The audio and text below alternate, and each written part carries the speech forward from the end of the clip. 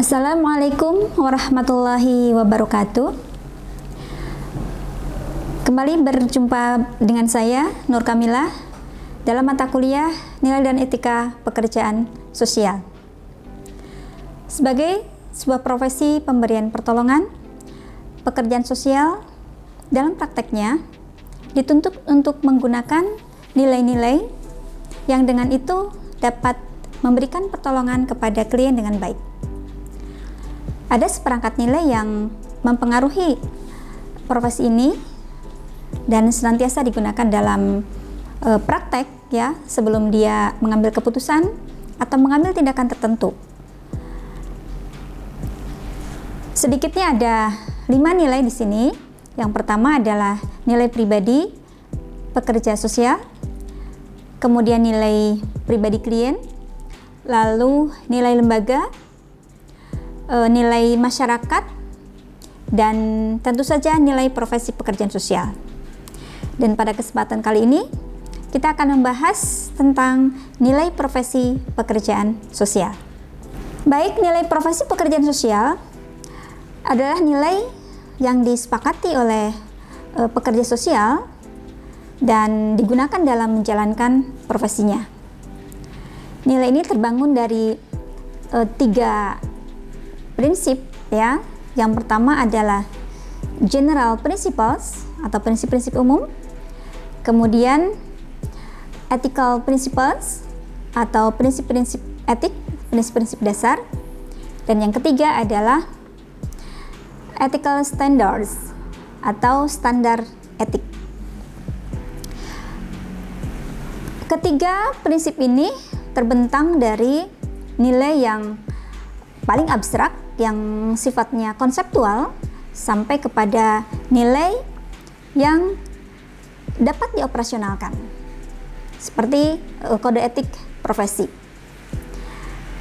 Nah, baik, untuk yang pertama adalah general principles atau prinsip-prinsip umum. Ini adalah prinsip-prinsip yang menjiwai, yang menginspirasi, yang memotivasi seorang pekerja sosial dalam bekerja. Nilai-nilai inilah yang kemudian mendorong, menggerakkan seorang pekerja sosial bisa melakukan pekerjaan-pekerjaannya. Nah, dari nilai-nilai yang umum ini kemudian diturunkan lagi menjadi prinsip-prinsip dasar yang tadi disebut sebagai prinsip-prinsip etik ya. Prinsip-prinsip dasar ini meliputi 10 prinsip. Prinsip yang pertama adalah acceptance atau prinsip penerimaan. Nah, dalam prinsip ini seorang pekerja sosial harus bisa berusaha ya menerima klien kita apa adanya. Nah, prinsip ini adalah kemampuan dalam menerima klien atau pihak yang membutuhkan bantuan itu dengan sewajarnya. Baik, prinsip yang kedua adalah communication atau prinsip komunikasi. Nah, prinsip ini adalah kemampuan untuk menangkap informasi atau pesan yang dikemukakan oleh klien, baik pesan verbal maupun non-verbal. Dalam hal ini, Peksos harus dapat memahami betul ya informasi apa yang disampaikan oleh klien kepada kita. Baik, prinsip yang ketiga adalah individualization atau prinsip individualisasi. Prinsip ini menganggap setiap individu berbeda satu dengan lainnya, sehingga seorang pekerja sosial harus berusaha untuk memahami keunikan atau uniqueness ya dari setiap klien. Berikutnya adalah prinsip partisipasi. Nah, dalam prinsip ini pekerja sosial didorong untuk dapat menjalankan peran sebagai fasilitator. Dalam hal ini dapat mengajak klien untuk secara aktif ya berperan dalam menghadapi permasalahan yang dihadapinya. Jadi karena sebetulnya klien sendirilah yang seharusnya menyelesaikan masalah itu, bukan pekerja sosial. Prinsip berikutnya, prinsip kerahasiaan atau confidentiality. Dalam prinsip ini, pekerja sosial dituntut untuk menjaga kerahasiaan dari kasus yang sedang ditanganinya. Pekerja sosial harus dapat menjamin bahwa rahasia klien ini bisa dijaga. Ya. Dalam hal ketika situasi tertentu harus dibuka, maka rahasia ini dapat dibuka atas persetujuan klien. Prinsip keenam adalah prinsip worker self-awareness atau kesadaran diri petugas, kesadaran diri pekerja sosial. Dalam prinsip ini, pekerja sosial ketika menjalin relasi dengan kliennya harus mampu mengendalikan diri, harus mampu menjaga dirinya, menempatkan dirinya, memposisikan dirinya, sehingga tidak terhanyut oleh perasaan atau permasalahan yang dihadapi kliennya. Berikutnya adalah non-judgmental attitude atau prinsip tidak memberikan penilaian.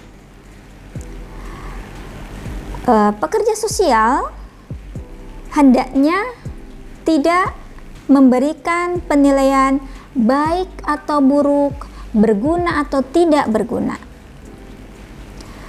Pekerja sosial hanya memberikan penilaian secara objektif dan profesional serta tidak menghakimi klien. Nah, dalam hal ini akan sangat membantu proses pelayanan serta meningkatkan kepercayaan diri klien. Yang kedelapan adalah purposeful expression of feeling. Ini adalah prinsip pengungkapan perasaan. Jadi dalam hal ini pekerja sosial hendaknya memberikan kesempatan kepada klien untuk mengungkapkan segala perasaannya, sehingga beban pikiran yang dipendamnya terkurangi. Ya. Prinsip yang kesembilan adalah controlled emotional involvement atau prinsip keterlibatan emosi. Pekerja sosial dituntut untuk memiliki perasaan empati. Artinya perlu ikut merasakan apa yang dirasakan oleh klien. Tetapi dalam mengungkapkan perasaan ini jangan sampai kita salah ya, karena sebetulnya seorang kita ya sebagai manusia tidak dapat merasakan apa yang dirasakan oleh orang lain ya. Baik, dan yang ke-10 adalah self determination atau prinsip menentukan nasib sendiri. Nah, prinsip ini menghendaki agar pekerja sosial melibatkan klien dalam mengambil keputusan. Bahkan sebenarnya klien sendirilah yang berhak untuk mengambil keputusan atas apa yang menjadi masalah atau solusi dari masalahnya. Tadi sudah kita bahas dua prinsip ya, prinsip umum dan prinsip-prinsip dasar, dan yang ketiga adalah ethical standards atau standar etik. Nah, standar etik ini merupakan sarana untuk membantu para pelaksana sebagai seorang yang profesional supaya tidak dapat merusak etika profesi ya. Jadi kode etik profesi sebagai standar etik ya, ini digunakan oleh seorang profesional sebagai pedoman dalam menjalankan praktek profesionalnya. Setiap profesi memiliki kode etik ya sebagai standar profesi. Karena dengan kode etik inilah seorang profesional ya memiliki panduan, memiliki pedoman bagaimana cara dia bekerja. Kemudian dengan standar etik inilah orang masyarakat umum dapat mengontrol apakah profesi itu dijalankan dengan benar ataukah tidak ya. Kemudian dengan adanya standar etik atau kode etik ini juga mencegah campur tangan profesi lain terhadap profesi kita. Maka setiap profesi pasti memiliki kode etik profesi, dan inilah yang menjadi nilai yang secara operasional ya dapat digunakan oleh seorang pekerja sosial dalam bekerja. Baik, untuk pertemuan kali ini saya kira cukupkan sampai di sini ya. Kesimpulan saya bahwa nilai profesi pekerjaan sosial itu terdiri dari 3.